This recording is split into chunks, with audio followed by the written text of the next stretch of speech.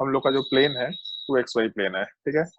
अब मान लो कि जैसे एक्स वाई प्लेन तो ट्रायंगुलर प्लैनेट शेप वाले केस में निकल गया, जिससे हमको ज्यादा भी मतलब भी नहीं है। लेकिन अगर मान लो कि हम लोग पाई बॉन्ड की बात करते हैं, जो C1 C2 वाला पार्ट है, C1 और C2 कार्बन, इन दोनों के बीच का पाई बॉन्ड की बात करते हैं। तो एक चीज तुम लोग को याद होगा केमिकल बॉन्डिंग वाले पार्ट से, पाई बॉन्ड का फॉर्मेशन हमेशा प्योर पी ऑर्बिटल से होता है। हाइब्रिड ऑर्बिटल पाई बॉन्ड का फॉर्मेशन नहीं करते except benzene molecule. Benzene molecule का स्ट्रक्चर कुछ इस टाइप का होता है। ऑर्गेनिक केमिस्ट्री में हम लोग रिएक्शन मैकेनिज्म में इस मॉलिक्यूल को डिस्कस करेंगे भी। यही एक एक्सेप्शन है जो हम लोग को ध्यान रखना है, जहाँ पे हाइब्रिड ऑर्बिटल पाई बॉन्ड का फॉर्मेशन करते हैं। अदरवाइज हाइब्रिड ऑर्बिटल कभी भी, मतलब sp sp2 sp3 hybrid orbital कभी भी पाई बॉन्ड का फॉर्मेशन नॉर्मली हम लोग के सिलेबस के हिसाब से नहीं करते हैं। तो जैसे यहाँ पे पाई बॉन्ड जो है, उस पाई बॉन्ड वाले पार्ट में हम लोग C1 C2 के बीच में अगर पाई बॉन्ड बनाए तो पैरेलल p ऑर्बिटल या पैरेलल d ऑर्बिटल के ओवरलैप से बनना चाहिए। तो कार्बन का तो सेकंड पीरियड का एलिमेंट है। अगर सेकंड पीरियड का एलिमेंट है, इसका मतलब उसमें d ऑर्बिटल एग्जिस्ट नहीं करेगा, आइदर p ऑर्बिटल एग्जिस्ट करेगा, नहीं तो वो भी अगर हाइब्रिडाइजेशन में चलेगा तो वो भी एग्जिस्ट नहीं करेगा। तो इससे एक चीज दिख रहा है, हाइब्रिडाइजेशन में हम लोगों ने px और py को कंसिडर किया था। तो px py pz में x और y तो खत्म हो गया, मतलब अपने पास केवल एक ही ऑप्शन बचा है pz का। तो जो कार्बन 1 है, उस कार्बन 1 का pz ऑर्बिटल वाला पार्ट आराम से बॉन्ड के फॉर्मेशन के लिए हम लोग यूज कर सकते हैं। मतलब पाई बॉन्ड के फॉर्मेशन में pz आराम से यूज किया जा सकता है। तो अगर कार्बन 1 वाले पार्ट को अपना pz ऑर्बिटल यूज करना है, तो सामने वाले को भी तो पैरेलल ओवरलैप करने के लिए पीजेड ही चाहिए होगा। हमेशा ओरिएंटेशन प्रॉपर होना चाहिए। और सुना होगा पाई बॉन्ड हमेशा लैटरल ओवरलैप या फिर पैरेलल ओवरलैप से होता है, तो उसको हम लोग साइडवेज ओवरलैप भी बोलते हैं। तो दोनों ऑर्बिटल्स पैरेलल होने चाहिए। तो पैरेलल लाइन मतलब डायरेक्शन सेम होगा। अगर एक एक्स डायरेक्शन है तो दूसरा एक्स डायरेक्शन है, अगर एक वाई है तो दूसरा भी पैरेलल में वाई होगा, अगर एक जेड है तो दूसरा भी पैरेलल में जेड ही होना चाहिए। तो अगर कार्बन 1 का हम लोग pz यूज कर रहे हैं, तो कार्बन 2 वाले पार्ट का भी pz ऑर्बिटल ही बॉन्ड बनाने के लिए यूज होगा। तो एक चीज मालूम पड़ गया यहाँ से, अगर दोनों ऑर्बिटल्स pz pz है, तो जैसे मान लो एक pz ऑर्बिटल है, दूसरा pz ऑर्बिटल है, तो ये दोनों जब ओवरलैप करेगा तो एक प्लेन टाइप का फॉर्मेशन करेगा। और दोनों अगर z डायरेक्शन में है तो जो प्लेन वाला पार्ट है वो भी हम लोग नॉर्मली z डायरेक्शन में कंसिडर करते हुए चल सकते हैं। खैर उससे अभी हम लोग को ज्यादा मतलब नहीं होगा। मान लो इसके आगे की बात करते हैं हम लोग, कि जैसे पाई बॉन्ड का जो फॉर्मेशन होना था वो C1 का pz और C2 के pz से हो गया। अब हम लोग कार्बन नंबर 2 की बात करते हैं। कार्बन नंबर 2 में हाइब्रिडाइजेशन है sp। अगर sp हाइब्रिडाइजेशन है तो इसका मतलब s वाले पार्ट के साथ कोई भी एक p ऑर्बिटल मिक्सिंग में गया होगा। px जाएगा तो x डायरेक्शन हम लोग का ऑर्बिटल निकल के आएगा, क्योंकि अभी डिस्कस किया था शेप लीनियर होता है। तो s के साथ px गया तो लीनियर शेप x डायरेक्शन में होगा। अगर py होता तो लीनियर शेप y डायरेक्शन में होता। और अगर pz होता तो फिर लीनियर शेप वाला पार्ट आराम से z डायरेक्शन में कंसिडर करते हुए काम कर सकते हैं। तो जैसे हम लोग पॉसिबिलिटी की डिस्कशन करते हैं, कार्बन नंबर जो 2 है, हाइब्रिडाइजेशन sp है, मतलब s एक s orbital px py pz में से कोई एक ऑर्बिटल मिक्सिंग में जाएगा। तो जैसे एक प्रॉब्लम क्या है यहाँ पे, कि हम लोग के पास ऊपर अभी मेंशन किया हुआ है कि हम लोग कार्बन 2 का pz ऑर्बिटल तो पाई बॉन्ड बनाने के लिए यूज कर चुके हैं। तो अगर C2 का pz ऑर्बिटल खत्म हो चुका, तो फिर हम लोग के पास px py pz अब अवेलेबल नहीं है, px और py ही अवेलेबल है, केवल दो ऑर्बिटल्स हैं। तो अगर केवल दो ऑर्बिटल्स हैं तो हम लोग मान लेते हैं कि px वाला पार्ट मिक्सिंग में चला गया। अगर एक अजम्पशन लेके चलते py जाएगा तो फिर बस ओरिएंटेशन चेंज होंगे, कोई ज्यादा फर्क नहीं पड़ेगा। तो मान लेते हैं px मिक्सिंग में चला गया। अगर px मिक्सिंग में जाएगा तो जो लीनियर शेप है, लीनियर शेप मतलब एक लाइन होता है बेसिकली, वो लाइन वाला पार्ट x डायरेक्शन में आराम से निकल के आ जाना चाहिए। तो अगर एस पी एक्स होता तो एक्स डायरेक्शन में लीनियर शेप आराम से बना सकते हैं। अब हम लोग आते हैं पाई बॉन्ड पे। जो पाई बॉन्ड है हम लोग का C2 और C3 के बीच में, जो यहाँ पे दे रखा। तो जैसे एक चीज है हम लोग कंसिडरेशन में, कि अगर हम लोग C2 और C3 के बीच में पाई बॉन्ड बनाएंगे, तो कार्बन नंबर जो 2 है, उस कार्बन नंबर 2 का pz ऑर्बिटल तो पहले ही पाई बॉन्ड में जा चुका था। उस चीज को हम ऊपर हाईलाइट कर रहे हैं येलो कलर से। ये जो येलो वाला पार्ट है, कार्बन नंबर 2 का pz पहले ही जा चुका है, खत्म हो चुका। और उसके अलावा अभी हाइब्रिडाइजेशन में px वाला पार्ट भी चला गया। तो अगर हम लोगों को कार्बन नंबर 2 का एक और बॉन्ड बनाना है, तो उस केस में उसका पीएक्स खत्म हो गया, तो उसका पी जेड भी खत्म हो गया, और पाई बॉन्ड हमेशा प्योर पी ऑर्बिटल या डी ऑर्बिटल से बनेगा। तो कार्बन के पास तो एक ही ऑप्शन है कि वो कार्बन नंबर 2 वाला पार्ट अपने पी वाई ऑर्बिटल को यूज करे, और क्योंकि पाई बॉन्ड पैरेलल ऑर्बिटल से ही बनते हैं, तो सामने वाले को भी पी वाई ही यूज करना पड़ेगा और कोई ऑप्शन नहीं है। तो इसका मतलब जो पाई बॉन्ड है वो दोनों के दोनों पी वाई ऑर्बिटल के बेसिस पे बन गया। तो यहाँ पे एक छोटा सा पार्ट और एक्स्ट्रा आ सकता है। अगर हम लोग मान लो कार्बन 3 की बात करते हैं, तो कार्बन नंबर 3 में हाइब्रिडाइजेशन sp2 है। अगर sp2 है, इसका मतलब s के साथ दो p ऑर्बिटल मिक्सिंग में जाने चाहिए। तो अगर s के साथ दो p ऑर्बिटल मिक्सिंग में जाएंगे तो px py pz हो सकता था, लेकिन अभी जस्ट मेंशन किया कि कार्बन नंबर 3 का py वाला पार्ट तो खत्म हो चुका है, py वाला पार्ट तो मिक्सिंग में ऑलरेडी इंक्लूड हो चुका है, मतलब पाई बॉन्ड बनाने के लिए इंक्लूड हो चुका है, सॉरी मिक्सिंग नहीं, पाई बॉन्ड बनाने के लिए इंक्लूड हो चुका है। तो अगर हम लोगों का p y orbital already pi bond में जा चुका, तो अब हम लोग के पास दो ही ऑर्बिटल हैं, p x and p y, और हम लोग को चाहिए भी दो, तो दो ही अवेलेबल है, चाहिए भी दो, तो इसका मतलब एस के साथ पी एक्स और उसके साथ पी वाई, ये पार्ट आराम से हम लोग हाइब्रिडाइजेशन के लिए यूज कर पाएंगे। तो सॉरी पी वाई जा चुका है, तो हम लोग जेड वाला पार्ट यूज करेंगे, पी वाई नहीं यहाँ पे, सॉरी।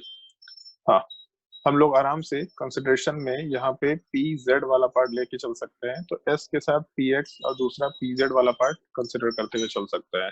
तो मतलब ऐसा कंसिडरेशन है कि अब हम लोग के पास जो सबसे लास्ट कार्बन था, कार्बन नंबर 3, उसमें एस के साथ पी एक्स और पी जेड गया, मतलब एक्स जेड डायरेक्शन आ रहा है, जबकि पहले वाले केस में एक्स वाई डायरेक्शन निकल के आया था।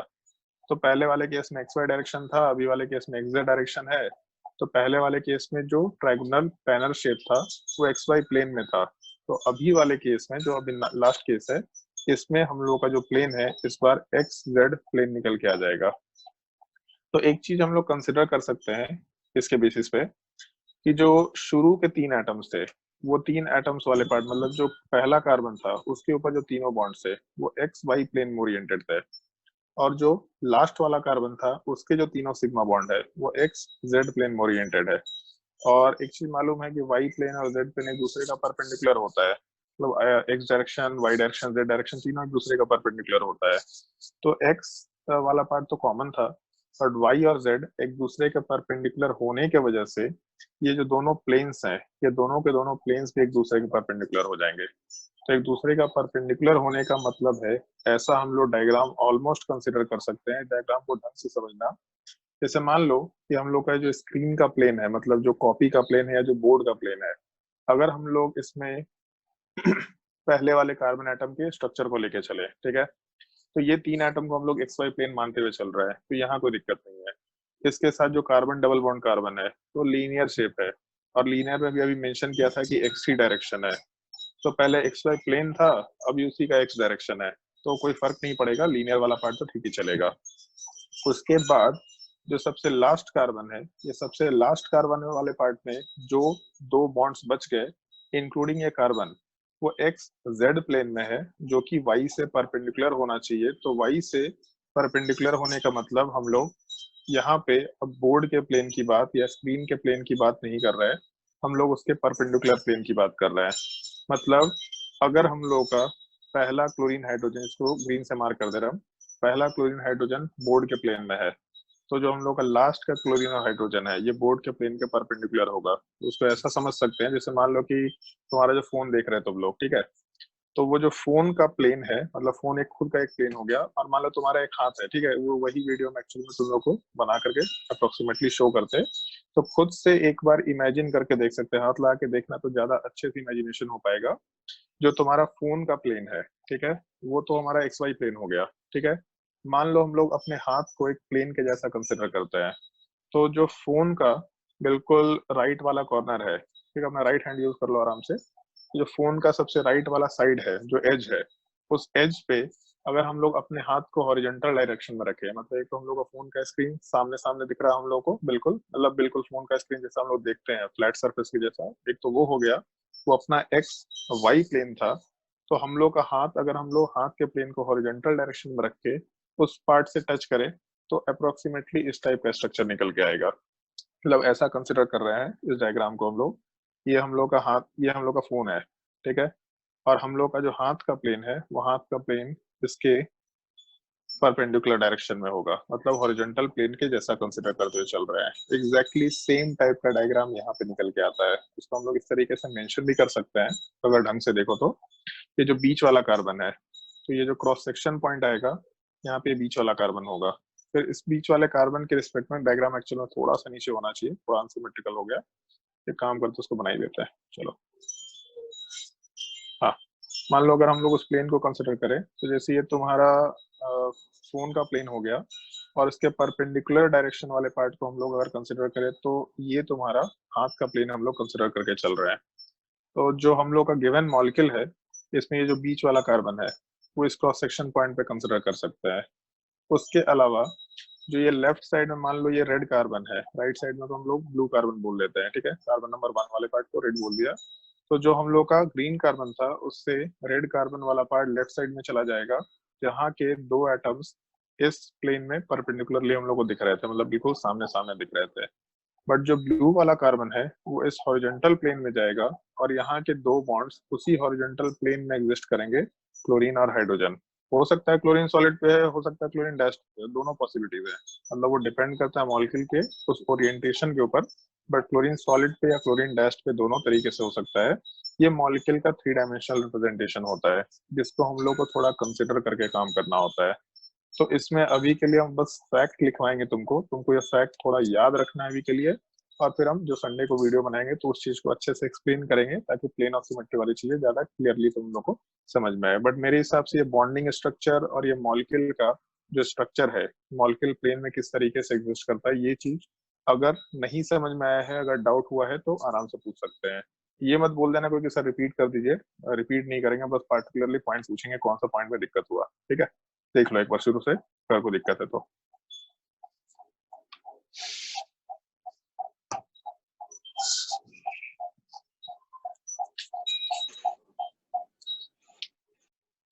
सर बोलो।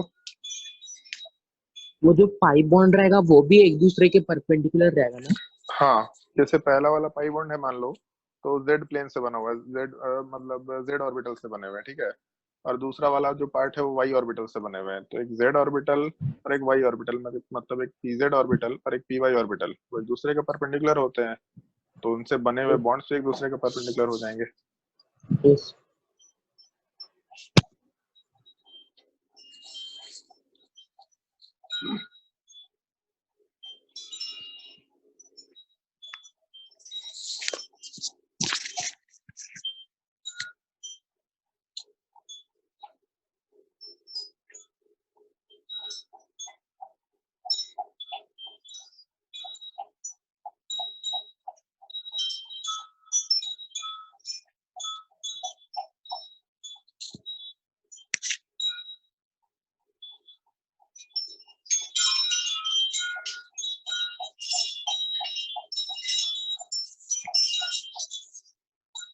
किसी को किसी पॉइंट में डाउट नहीं है इस क्वेश्चन में, मतलब इस स्ट्रक्चर में? सही है भाई, बड़े समझदार लोग हैं। इधर समझदार है या डर के मारे नहीं पूछ रहे, कि अगर कोई पूछेगा सवाल सवाल पूछ दिए सर तो फिर तो बेइज्जती हो जाएगा, पब्लिकली बहुत लंबा बेइज्जती होगा इधर तो, यूट्यूब तक बेइज्जती चला जाएगा।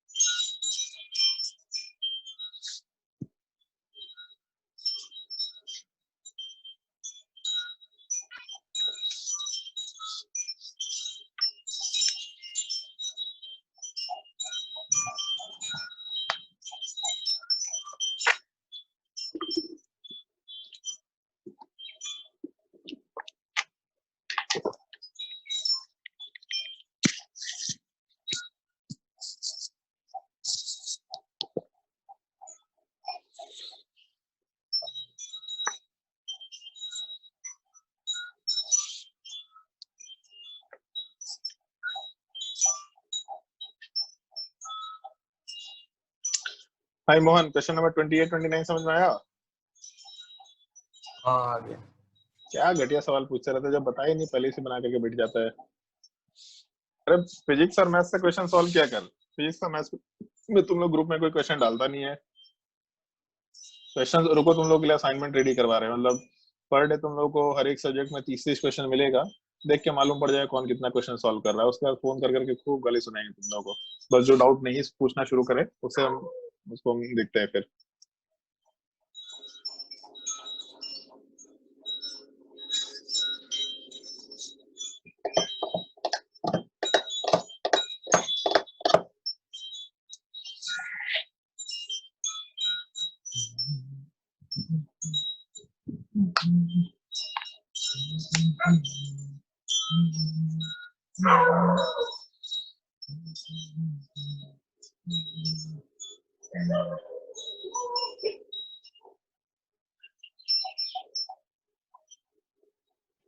सर अभी क्या करना है? क्या अभी क्या करना है सर? नोट करना है इस चीज को? ओ अच्छा। क्या करना, डांस कर और क्या?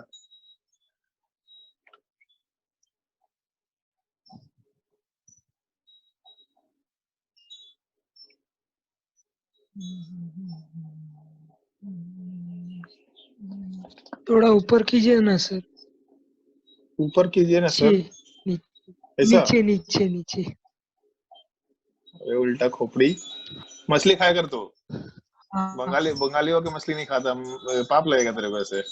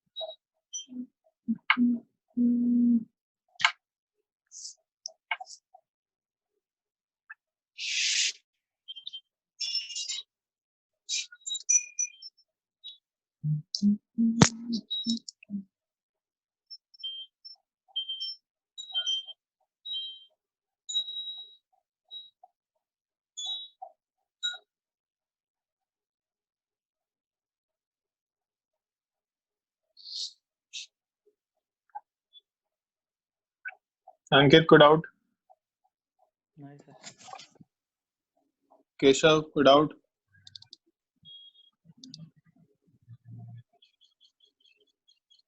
केशव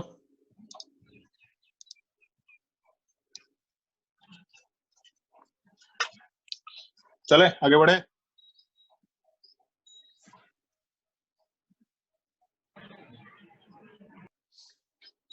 सर थोड़ा ऊपर कर दीजिए। पहले नीचे वाला नोट किया था क्या तू? जैसे हम लिखे वैसे लिख लिया, जगह छोड़ दिया है, जो छूट गया कोई दिक्कत नहीं है, उसको बाद में फिल कर देंगे।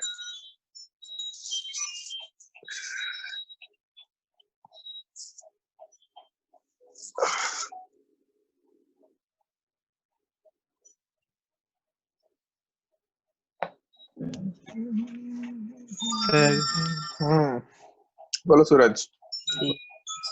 C1 C2 और C3 एक स्ट्रेट लाइन में नहीं रहता? क्या क्या क्या? C1 C2 C3 है ना, हाँ, स्ट्रेट लाइन में नहीं रहता है? C1 C2 C3 straight line में ही रहेगा भाई। कहे कि C1 C2 C3 में एक चीज देखो, हाईलाइट कर रहे हैं। C1 में क्या है? x, C2 में क्या है? x, C3 में क्या है? x। तो वो तीनों के तीनों स्ट्रेट लाइन में रहेंगे। और क्यों नहीं रहेंगे गधा आदमी? अभी बोला कि बीच वाला जो कार्बन है वो लीनियर शेप का है, तो लीनियर शेप का क्या मतलब होगा कि एटम एक लाइन में रहेगा, ऊपर नीचे रहेगा क्या? और यहाँ नीचे भी तो लाइन दिखाया है, ये जो नीचे लाइन है पूरा, ये रेड लाइन और ये ब्लू लाइन है, ये एक ही डायरेक्शन में लेकिन उस लाइन के बाद मतलब उस एटम पे जो कार्बन एटम है उस लाइन के लॉन्ग उस पे बॉन्ड्स घूम गए हैं, वो सेम प्लेन में नहीं है। चलो भाई, बहुत नोट कर लिया होगा, ध्यान दो इधर। जैसे मान लो अगर हम लोग प्लेन ऑफ सिमेट्री की बात करते हैं तो अभी तक तो बचपन से देख के, बचपन से तो नहीं, कल ये देख के मालूम पड़ रहा होगा कि यहाँ पे प्लेन ऑफ सिमेट्री होना चाहिए भाई। नॉर्मली ये होना चाहिए तुम्हारे हिसाब से प्लेन ऑफ सिमेट्री। इस कार्बन वाले पार्ट के थ्रू अगर हम लोग जा रहे हैं तो क्लोरीन के सामने क्लोरीन दिख रहा है, बढ़िया है। हाइड्रोजन के सामने हाइड्रोजन भी दिख रहा है, बहुत बढ़िया है। और कार्बन के सामने कार्बन दिख ही रहा है, C2 कार्बन खत्म ही हो गया प्लेन में, मतलब ये अपना प्लेन ऑफ सिमेट्री है। लेकिन एक्चुअल में इस डायग्राम के हिसाब से अगर काम करें तो अगर वही प्लेन कंसिडर करें हम लोग जो कार्बन को कंसिडर करते हुए लेके चल रहे हैं, मतलब कार्बन से क्रॉस कर रहा है, तो क्लोरीन तो नॉर्मल लाइन पे है, जबकि जो दूसरा क्लोरीन है राइट साइड वाला ये परपेंडिकुलर उसके प्लेन में है। मतलब जैसे नीचे वाले स्ट्रक्चर में अगर कंसिडर करें, यहाँ पे एक अगर प्लेन कंसिडर करें, यहाँ प्रॉब्लम ये आएगा कि इस रेड वाले क्लोरीन के सामने यहाँ पे कोई ग्रुप ही एग्जिस्ट नहीं कर रहा, नीचे वाला हाइड्रोजन के सामने भी यहाँ पे कोई ग्रुप एग्जिस्ट नहीं कर रहा। सिमिलर टाइप से जो क्लोरीन ब्लू है, इस ब्लू वाले क्लोरीन के प्लेन में यहाँ सामने कोई दूसरा क्लोरीन एग्जिस्ट नहीं कर रहा, ना हाइड्रोजन के सामने कोई दूसरा हाइड्रोजन एग्जिस्ट कर रहा है। तो इसका मतलब देख के ऐसा लग रहा था कि मॉलिक्यूल में तो दोनों के दोनों क्लोरीन में प्लेन ऑफ सिमेट्री था, बट एक्चुअल और दोनों हाइड्रोजन में, बट मॉलिक्यूल एक दूसरे के प्लेन के परपेंडिकुलर चला गया, जिसके वजह से प्लेन ऑफ सिमेट्री वाला पार्ट यहाँ पे एग्जिस्ट नहीं कर पाएगा। ये कंसिडरेशन थोड़ा ध्यान रखते हुए काम करना है। मतलब यहाँ पे क्लोरीन के सामने क्लोरीन नहीं है, मतलब प्लेन ऑफ सिमेट्री में हम लोग ये पार्ट कंसिडर नहीं कर सकते। बाकी थोड़ा इसमें इमेजिनेशन का पार्ट होगा।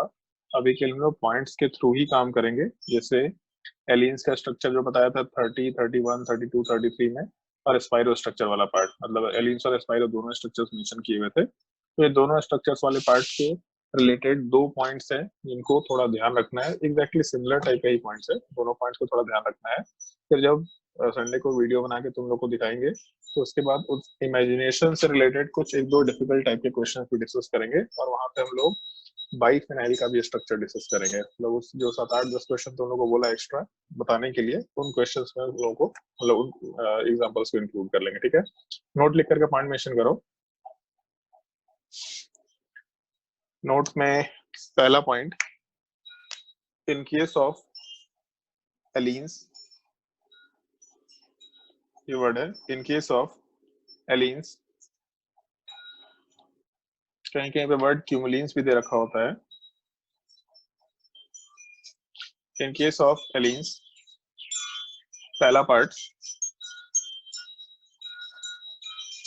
If odd number of pi bonds are present, और एलिन्स का मतलब तुम लोगों को बताया था कंसेक्यूटिव पाई बॉन्ड होना चाहिए, बीच में कोई ब्रेक नहीं होना चाहिए कि ब्रेक के बाद जैसे डबल बॉन्ड डाल दिया तो उसको एलिन्स नहीं बोलेंगे, लगातार carbon double bond carbon double bond carbon double bond carbon, इस टाइप से होना चाहिए। In case of allenes, if odd number of pi bonds are present, then the terminal atoms will be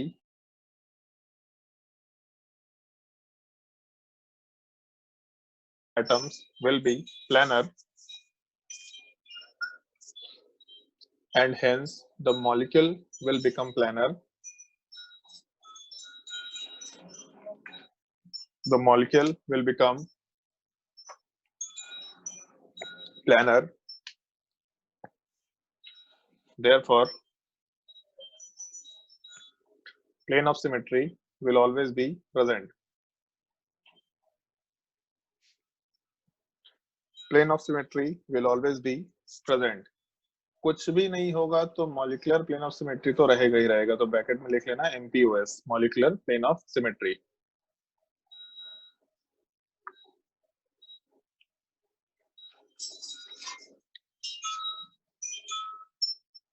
Second point, if even number of pi bonds are present, if even number of pi bonds are present, then POS may be present POS may be present, bracket में लिख लो, the terminal atoms will become non-planar. The terminal atom मतलब last के and points के atom, the terminal atoms will become non-planar or exist in perpendicular planes. Exist in perpendicular planes. जैसे ऊपर वाले case में जब हम लोग लेके चल रहे थे, तो यहाँ पे देख रहे हैं हम लोग 2 पाई बॉन्ड है। अगर 2 पाई बॉन्ड है तो इसका मतलब even number of pi bonds हो गया। तो जो एटम्स है टर्मिनल, ये दोनों के दोनों एटम्स एक दूसरे के परपेंडिकुलर प्लेन में होंगे। तो हो सकता है प्लेन ऑफ सिमेट्री हो, ऐसा नहीं कि हमेशा प्लेन ऑफ सिमेट्री एब्सेंट होगा। जैसे इसका एक केस हम लोग ऐसा ले सकते हैं, carbon double bond carbon, double bond carbon, या क्लोरीन क्लोरीन ले लिया और दूसरे वाले साइड में क्लोरीन हाइड्रोजन ले लिया, हमारा दूसरा ही एटम ले लेते हैं ब्रोमीन हाइड्रोजन। तो इधर प्लेन ऑफ सिमेट्री एग्जिस्ट करेगा, इसलिए एग्जिस्ट करेगा जैसे इसका एक स्ट्रक्चर अगर हम बनाए मान लो, तो इस बार राइट साइड वाले पार्ट को बोर्ड प्लेन में लेते हैं, मतलब जो दोनों क्लोरीन है वो बोर्ड के प्लेन में हो गया या पेपर के प्लेन में हो गया, और जो लेफ्ट साइड में ग्रुप से उसको हम लोग सॉलिड और डैश पे डाल देते हैं H एंड Br। तो अगर प्लेन ऑफ सिमेट्री बनाना है तो ऐसा करते हैं, इस हाइड्रोजन और Br को कंसिडर करते हुए एक प्लेन बना देते हैं। मतलब ये जो हम लोग का ऊपर जो स्ट्रक्चर मेंशन किए थे, ये हम लोग का फोन है और हम लोग इसके परपेंडिकुलर डायरेक्शन में एक प्लेन कंसिडर करते हुए काम कर रहे हैं, मतलब ऐसे परपेंडिकुलर डायरेक्शन में एक प्लेन लेते हुए चल रहे हैं।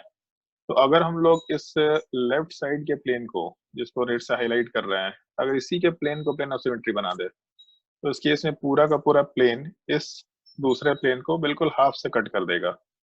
तो ऊपर का पार्ट नीचे का पार्ट हो सकता है सेम हो, तो एग्जैक्टली सेम टाइप की चीज यहाँ पे। अगर हाइड्रोजन ब्रोमीन वाले पार्ट को हम लोग, हाँ बोलो। लेकिन पाई बॉन्ड तो सेम नहीं रहेगा ना फिर? पाई बॉन्ड तो इलेक्ट्रॉन्स है, वो दिखते भी नहीं है हम लोगों को। अच्छा, ठीक है, और पाई बॉन्ड्स अगर रहेगा भी तो पाई बॉन्ड्स तो हमेशा इंटरन्यूक्लियर एक्सिस से ऊपर और नीचे बनता है, तो उसका आधा पार्ट ऊपर जाएगा आधा पार्ट नीचे जाएगा, तो वो भी सिमेट्रिकल डिवीजन में जाएगा ही जाएगा। तो ये जो प्लेन हम लोग बनाएंगे, ये प्लेन वाला पार्ट इस पूरे क्लोरीन वाले पार्ट को एग्जैक्टली 2 हाफ में डिवाइड करेगा, और ये सारे के सारे जो कार्बन्स थे वो उस प्लेन में ही खत्म हो जाएंगे, क्योंकि ये पूरा का पूरा हम लोग इस हॉरिजॉन्टल वाले प्लेन को ही प्लेन बना के चल रहे हैं। तो सारा कार्बन तो एक लाइन में था, जैसा भी सूरज पूछा था, सारे कार्बन से एक लाइन में थे, और सारा का सारा तो कट गया, बस लास्ट के 2 क्लोरीन बच गया। तो ऊपर का क्लोरीन नीचे का क्लोरीन एक दूसरे का मिरर इमेज है, तो प्लेन ऑफ सिमेट्री में भी हो सकता है। अगर 3 pi bond, 1 pi bond, 5 pi bonds हुआ, तो हमेशा मॉलिक्यूल प्लानर होगा। हमेशा मॉलिक्यूल प्लानर होने का मतलब एक रेक्टेंगल में हम लोग इस चीज को आराम से प्लेस करेंगे, जैसा ज्योमेट्रिकल आइसोमेरिज्म में प्लेस कर सकते थे। हमेशा मॉलिक्यूलर प्लेन ऑफ सिमेट्री तो रहेगा ही रहेगा, उसमें कोई दिक्कत नहीं है, सीधा एमपीएस कंसीडर कर सकते हैं। लेकिन अगर 2 पाई बॉन्ड हुआ, 4 पाई बॉन्ड हुआ, तो उस केस में जो पहले के 2 एटम्स है और लास्ट के 2 एटम्स है, ये दोनों एक दूसरे के प्लेन के परपेंडिकुलर चले जाएंगे। तो हो सकता है कि प्लेन ऑफ सिमेट्री एग्जिस्ट करे अगर एक एटम पे दोनों ग्रुप सेम टाइप के होंगे। तो हम लोग बाकी जो डिफरेंट ग्रुप्स थे उसी को प्लेन में खत्म करके बाकी जो सेम टाइप के ग्रुप है उसको सिमेट्रिकली मिरर इमेज के जैसा कंसिडर कर सकते हैं। तो ये एग्जांपल एक कंसिडर कर सकते हैं, अगर चाहे तो एग्जांपल नंबर 34 में इसको लिख सकते हैं हम लोग। ठीक है, ये एग्जांपल नोट कर लो। इसमें पीओएस एग्जिस्ट करेगा, सीओएस कभी एग्जिस्ट नहीं करेगा अगर हम लोग कंसिडर करते हुए चल रहे हैं तो। ठीक है, सीओएस अगर even number of pi bonds हैं तो सीओएस कभी एग्जिस्ट नहीं करेगा। बस इतना कभी डिफिकल्ट सवाल जेईई में पूछेगा नहीं, थोड़ा इमेजिनेशन के ऊपर बेस्ड होता है। अगर पूछेगा तो इस तरह के कुछ सिंपल केसेस पूछने चाहिए मेरे हिसाब से। बोलो वैभव। सर बोल। हाँ, वो एलिन्स में सर आप बोले कि अगर इवन नंबर होगा तो प्लेनर होगा ना सर? इवन नंबर होगा तो नॉन प्लानर होगा, परपेंडिकुलर चले जाएंगे सारे के सारे टर्मिनल एटम्स। ओ हाँ, प्लानर ऑड बोल दे क्या? नहीं, ऑड ऑड में हाँ, अगर ऑड प्लेनर में हो प्लानर हो। हाँ, तो सर हमेशा एमपीएस रहेगा?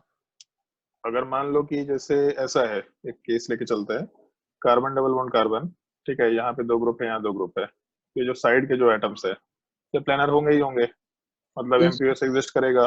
मान low carbon double bond carbon double bond carbon ले लिए, तो यहाँ पे जो साइड में बिल्कुल बाउंड्री पे दो एटम्स है, ये सारे के सारे एक ही प्लेन में होंगे, तो हमेशा मॉलिक्यूल पूरा प्लानर रहेगा ही रहेगा, मतलब एमपीएस हमेशा एग्जिस्ट करेगा।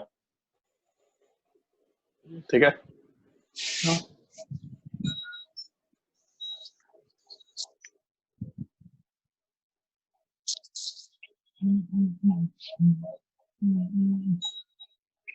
और उसके बाद क्वेश्चन नंबर 32 एक है, उस 32 वाले पार्ट को हम लोग सिमिलर टाइप से ही एक्चुअल में मेंशन करते हैं।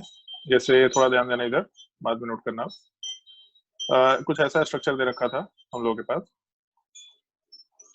तो इसको देख के तो मालूम पड़ रहा है कि यहाँ पे प्लेन ऑफ सिमेट्री है ना। जैसे यहाँ देख के दिख रहा है कि अच्छा यहाँ पे अगर प्लेन ऑफ सिमेट्री ले तो प्लेन ऑफ सिमेट्री होना चाहिए, लेकिन एक्चुअल में प्लेन ऑफ सिमेट्री नहीं है।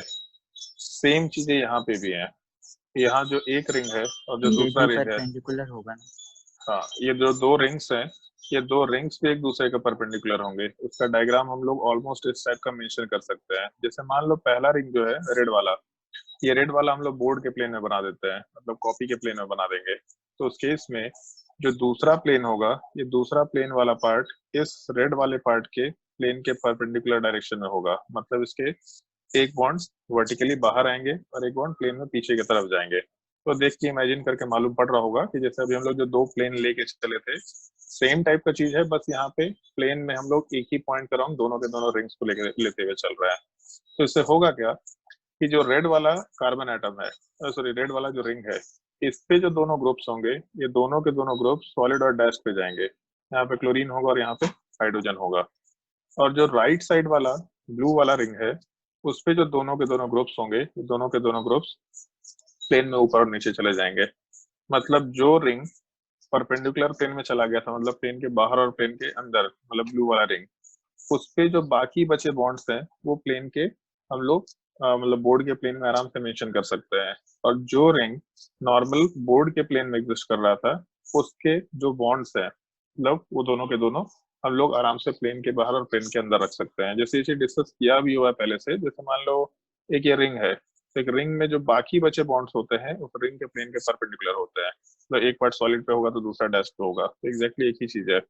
अगर हम लोग एक नॉर्मल प्लेन कंसिडर करते हैं, तो इस कार्बन के प्लेन में या फिर इस कार्बन रिंग के स्ट्रक्चर को अगर एक प्लेन माने, तो सारे के सारे कार्बन एटम्स पे जो बॉन्ड्स बचे हुए हैं दोनों, वो दोनों के दोनों बॉन्ड्स इस रिंग के प्लेन के परपेंडिकुलर होंगे। वही चीज यहाँ पे हुआ है। जो रेड वाला रिंग है, उस रेड वाले रिंग पे जो लेफ्ट वाला कार्बन है, उस पे दोनों बॉन्ड्स उस रिंग के परपेंडिकुलर। और राइट वाले साइड में भले ही एक रिंग था, लेकिन रिंग का पहला पार्ट और दूसरा पार्ट तो बेसिकली एक बॉन्ड है। तो रेड रिंग के रिस्पेक्ट में जो दूसरे रिंग का पहला बॉन्ड अटैच्ड है, वो उसके परपेंडिकुलर प्लेन में चला गया।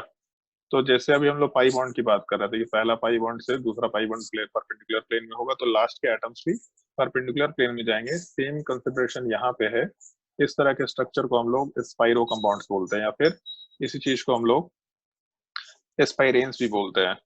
कि इन केस ऑफ स्पाइरो कंपाउंड्स में दो रिंग एक ही कार्बन के लॉन्ग अटैच्ड होंगे। और 3 मेंबर रिंग हो, 4 मेंबर रिंग हो, 5 मेंबर रिंग, उससे भी मतलब नहीं है। बट दो रिंग्स एक ही कार्बन के ऊपर अटैच्ड होंगे। जैसे ऐसा भी हो सकता था, मान लो कि ऐसा कंसिडरेशन लेके चल सकते थे हम लोग, ये भी पॉसिबिलिटी कंसिडर कर सकते थे। तो जब स्पाइरो कंपाउंड होगा या फिर स्पाइरेंस होंगे, तो उसमें भी सेम कंसिडरेशन है। अगर इवन नंबर ऑफ रिंग्स होंगे, तो स्पाइरो कंपाउंड्स का मतलब सारे के सारे एटम्स में दो दो रिंग्स एक ही कार्बन से अटैच्ड होने चाहिए। तो अगर इवन नंबर ऑफ रिंग्स होंगे, तो जो टर्मिनल एटम्स है, जो सबसे बाहर वाले एटम्स, ये परपेंडिकुलर प्लेन में चले जाएंगे। तो प्लेन ऑफ सिमेट्री में भी हो सकता है, में भी नहीं हो सकता। लेकिन अगर हम लोगों के पास ऑड नंबर ऑफ रिंग होंगे, तो ऑड नंबर ऑफ रिंग होने से एक्चुअल में होता क्या है, जैसे मान लो इसका स्ट्रक्चर अगर मेंशन करते हैं, तो सबसे पहला रिंग मान लेते हैं कि हम लोग के पास नॉर्मल प्लेन में है। तो जो दूसरा रिंग होगा, वो दूसरा रिंग वाला पार्ट हमेशा इसके परपेंडिकुलर प्लेन में एग्जिस्ट करेगा ही करेगा। तो परपेंडिकुलर प्लेन मतलब सॉलिड और डैश पे एग्जिस्ट करेगा। फिर उसके बाद जो तीसरा प्लेन है, वो इस रेड वाले रिंग के वापस से परपेंडिकुलर प्लेन में जाएगा। तो पहला रिंग का जो प्लेन है वो भी रेड से परपेंडिकुलर है, और जो तीसरा है वो भी परपेंडिकुलर है। इसका मतलब तीसरा वाला पार्ट और पहला वाला पार्ट सेम ही प्लेन में एग्जिस्ट करेगा। तो उसके वजह से जो पहले वाले रिंग का बॉन्ड है, ये सॉलिड पे और डैश पे जाएगा, जो लास्ट वाले रिंग का बॉन्ड है ये भी पार्ट सॉलिड पे और डैश्ड पे जाएगा। क्लोरीन हाइड्रोजन आराम से मेंशन करते हुए काम कर सकते हैं। तो जैसे पाई बॉन्ड में अभी कंसिडर किया, एग्जैक्टली सेम टाइप का कंसिडरेशन यहाँ पे है। अगर इवन नंबर ऑफ रिंग्स हैं तो इस केस में टर्मिनल एटम परपेंडिकुलर हो जाएगा, जो ऑप्टिकल आइसोमर में भी पॉसिबल। अगर ऑड नंबर ऑफ रिंग्स हैं तो ऑड नंबर ऑफ रिंग्स में टर्मिनल एटम्स सेम प्लेन में आएंगे, तो हो सकता है कि उसमें प्लेनर सिमेट्री आराम से समझ में आना शुरू हो जाए। ठीक है, पॉइंट नोट कर लो स्पाइरो कंपाउंड से related. In case of spiro compounds या स्पाइरेंस,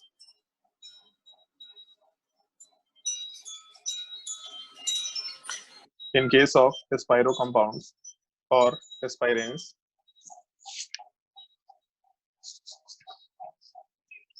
if पहला part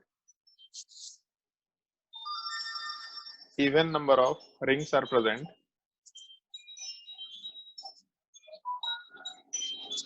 even number of rings are present, then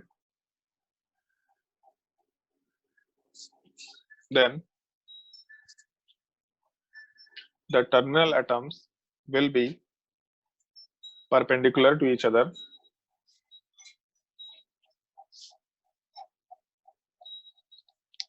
The terminal atoms will be perpendicular to each other,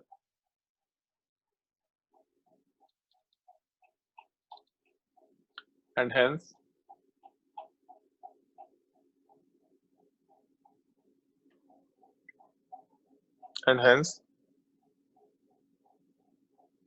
optical isomers may be possible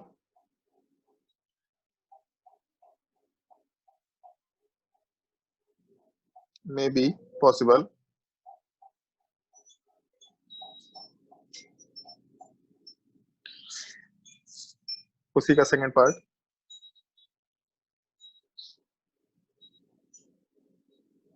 if odd number of rings are present, if odd number of rings are present,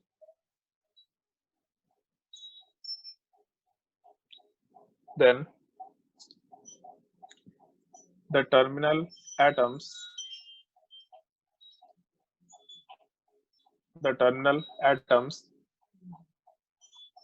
will be planar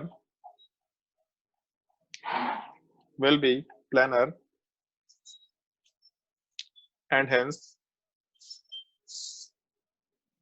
optical isomerism is generally not possible. The optical activity is generally not possible. Generally बात कर रहे हैं, ऐसा जरूरी नहीं कि हमेशा हो। जैसे इसमें बस ध्यान इसी चीज का रखना है कि ये जो रिंग है उस रिंग में कहीं कार्बन 14 या कोई ग्रुप ना लगा दे। तो अगर इस तरह का बीच में कोई गड़बड़ी कर देगा रिंग में तो बात अलग है, बट अगर बीच के रिंग्स में कोई दिक्कत नहीं है तो हमेशा प्लेन ऑफ सिमेट्री होगा ही होगा। उसको यहाँ से समझ सकते हैं कि जो रेड वाले रिंग का प्लेन है उसी को हम लोग प्लेन ऑफ सिमेट्री मान सकते हैं। तो ये रिंग ब्लैक वाला पूरा हाफ में डिवाइड होगा, दूसरा वाला पार्ट भी पूरा हाफ में डिवाइड होगा, और ये साइड के दो एटम्स उसी प्लेन में कट जाएंगे। तो प्लेन ऑफ सिमेट्री आराम से निकल के आ सकता है। नोट कर लीजिए इस चीज को।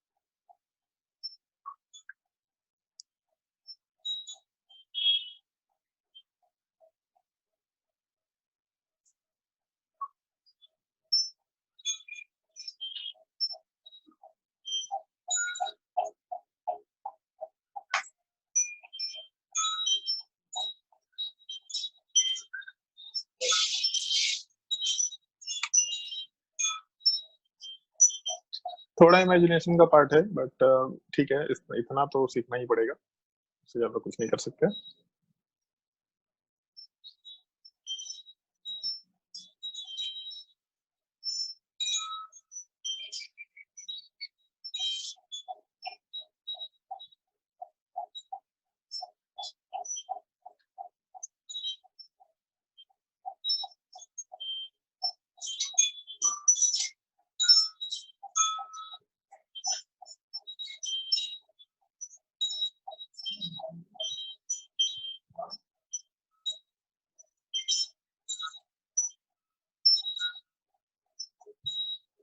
चलो भाई, आगे बढ़ते हैं। ये तो हम लोग का plane of symmetry, centre of symmetry का पार्ट हो गया, ठीक है। इसके आगे के पार्ट को थोड़ा ध्यान रखना भी, मतलब 8 9 10 क्वेश्चंस के लिए कुछ जगह छोड़ देना। हम लोग आगे के टॉपिक्स पढ़ने के बाद ही उन क्वेश्चंस को कर पाएंगे। उसमें एक छोटा सा पार्ट होता है जो हम लोग आगे डिस्कस करते हैं, तभी हम लोग उन क्वेश्चंस को कर पाएंगे। अभी के लिए आगे मूव करते हैं। जैसे इसके आगे हम लोग को एक छोटा सा टॉपिक पढ़ना होता है, जिस चीज को हम लोग CIP रूल बोलते हैं, CIP रूल। और ज्यादा अगर हम लोग इसको डिटेल में डिस्कस करें तो इसी चीज को हम लोग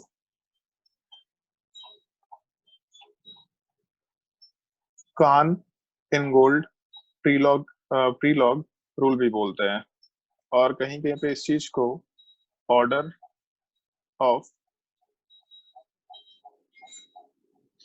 प्रेसिडेंस भी बोला जाता है। ये तीनों में से जो भी नाम ध्यान रखना है, CIP रूल ही नॉर्मली हम लोग बोलते हैं। ऑर्डर ऑफ प्रेसिडेंस बहुत ही रेयरली मिलेगा कहीं पे भी, और वो भी NCERT में है नहीं, बट नॉर्मली इस रूल के बेसिस पे हम लोग आगे RS कॉन्फ़िगरेशन मेंशन करेंगे, तो इसलिए रूल हम लोग को थोड़ा ध्यान रखना होता है। बहुत ज्यादा रिगरस हम लोग रूल्स की बात नहीं करेंगे, मतलब इसके रूल्स में बहुत सारी चीजें हैं, लेकिन उतना रिगरस रूल्स की बात नहीं करेंगे तो हम लोग के सिलेबस में एक तो है ही नहीं। बट कुछ पार्टिकुलर पार्ट को पढ़ने के लिए हम लोग को इस चीज को जानना होता है, इसलिए हम लोग इस रूल्स की बात करेंगे, ठीक है। पहले तो सारे रूल्स मेंशन करते जाओ, और उसके बाद हम एक एक करके सारे रूल्स को एक्सप्लेन करते चले जाएंगे। चलो भाई, नोट करना शुरू करो।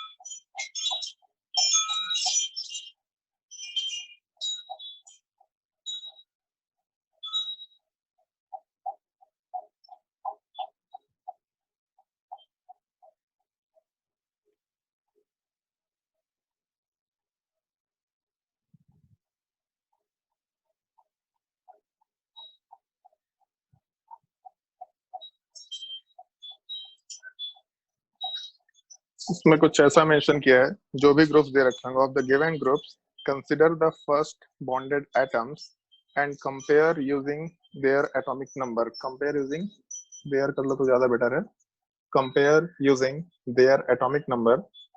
और उसी में पार्ट ये है, higher atomic number of the first bonded atom, arrow दे देना, higher priority of the group.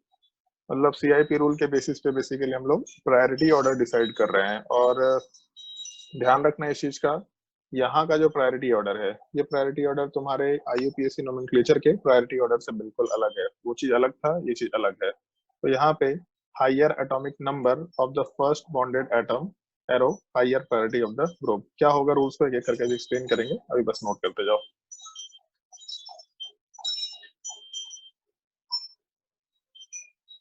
आगे का रूल नोट करते जाओ, एक सेकेंड।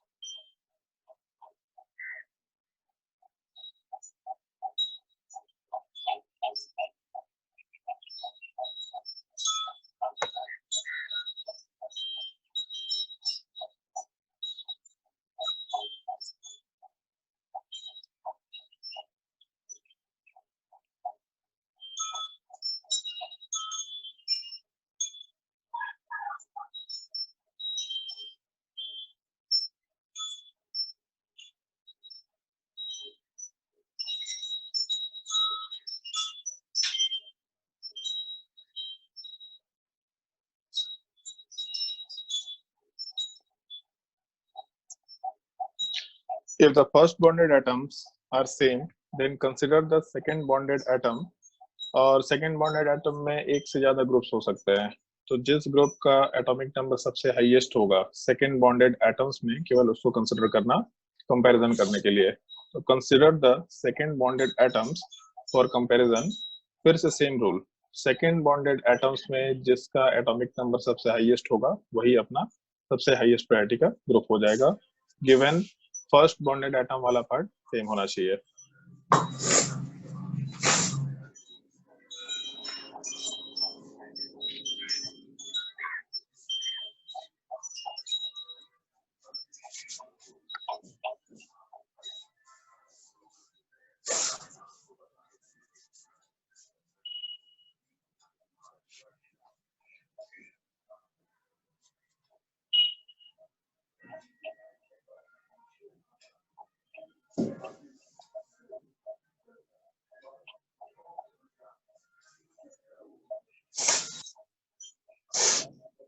तो आदर्श माइक्रोफोन ऑफ कर।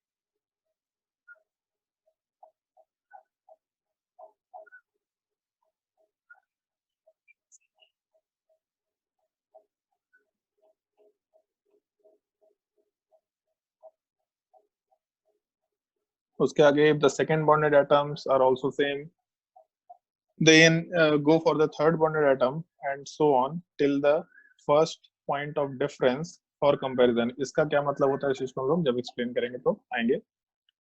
then go on and so on till the first point of difference for comparison। फिर उसके बाद फोर्थ पॉइंट में जैसे हो सकता है आइसोटोप दे रखो, हाइड्रोजन की जगह ड्यूटेरियम, तो अगर आइसोटोप्स है तो हम लोग एटॉमिक नंबर की जगह पे मास नंबर कंसिडर करते हुए काम कर सकते हैं। तो यहाँ एटॉमिक नंबर नहीं आएगा, यहाँ पे हम लोग मास नंबर लेके चलेंगे।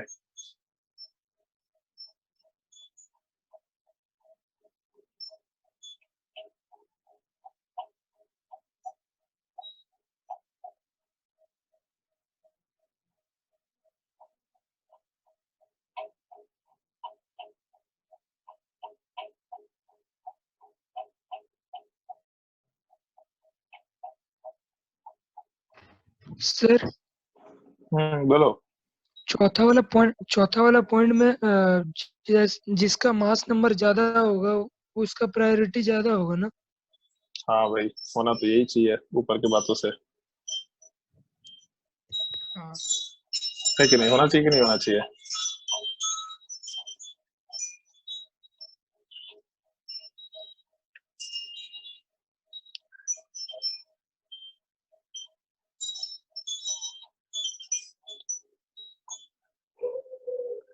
लिख लो यहाँ साइड में अगर लिखना है तो, higher mass number higher priority. लिख दिए सर। बढ़िया, हम सबके लिए बोले, तुम्हारे लिए नहीं बोल रहे थे।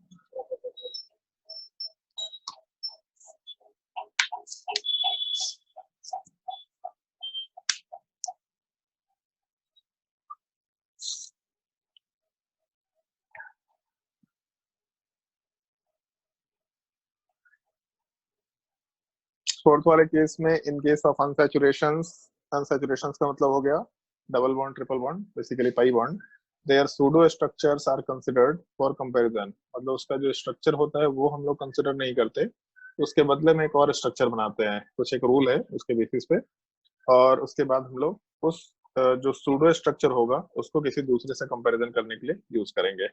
और उसके बाद lone pair is given the lowest priority, lone pair को भी हम लोग एक ग्रुप कंसिडर करते हैं जिसका प्रायोरिटी हमेशा सबसे लीस्ट होगा। ये पॉइंट आराम से ध्यान रखते हुए काम कर सकते हैं। अगर रूल नोट कर लिया तो एक एक करके सारा चीज एक्सप्लेन करना शुरू करते हैं। जैसे सबसे पहला जो पॉइंट दिया, जो भी ग्रुप गिवन होंगे, जैसे हम लोग को जो प्रायोरिटी निकालना होता है वो बेसिकली दो जगह के लिए भी निकालना होता है। एक प्रायोरिटी कायरल सेंटर के नोमेनक्लेचर के लिए, जैसे तुम लोग को याद होगा जब हम लोग आइसोमरिज्म डिस्कस किए थे तो उस दिन बोला था दो पार्ट होता है, structural isomerism, stereo isomerism. Stereo में भी दो पार्ट होता है, कन्फॉर्मेशनल आइसोमरिज्म और कन्फिगरेशनल आइसोमरिज्म। तो कन्फिगरेशनल का मतलब होता है कि हम लोग एक सर्टेन नाम एसोसिएट कर सकते हैं एक पर्टिकुलर टाइप के ओरिएंटेशन को, जैसे सिस ट्रांस था तो एक सर्टेन नाम एसोसिएट कर दिया कि जब सेम टाइप के ग्रुप कम डिस्टेंस पे तो सिस कन्फिगरेशन हो गया, ट्रांस कन्फिगरेशन हो गया। तो स्पेस में एक पर्टिकुलर टाइप के ओरिएंटेशन को हम लोग सर्टेन नाम से एसोसिएट कर सकते हैं। तो वो जो एसोसिएशन है वो दो ही जगह पे होता है, ऑप्टिकल आइसोमरिज्म में कायरल सेंटर के अलोंग, और दूसरा ज्योमेट्रिकल आइसोमरिज्म वाले पार्ट में जैसे सिस ट्रांस था तो वहां पे बोला था कि हम लोग एक टर्म यूज करेंगे ई एंड जेड, और बोला था उस चीज को हम लोग ऑप्टिकल आइसोमरिज्म में ही डिस्कस करेंगे।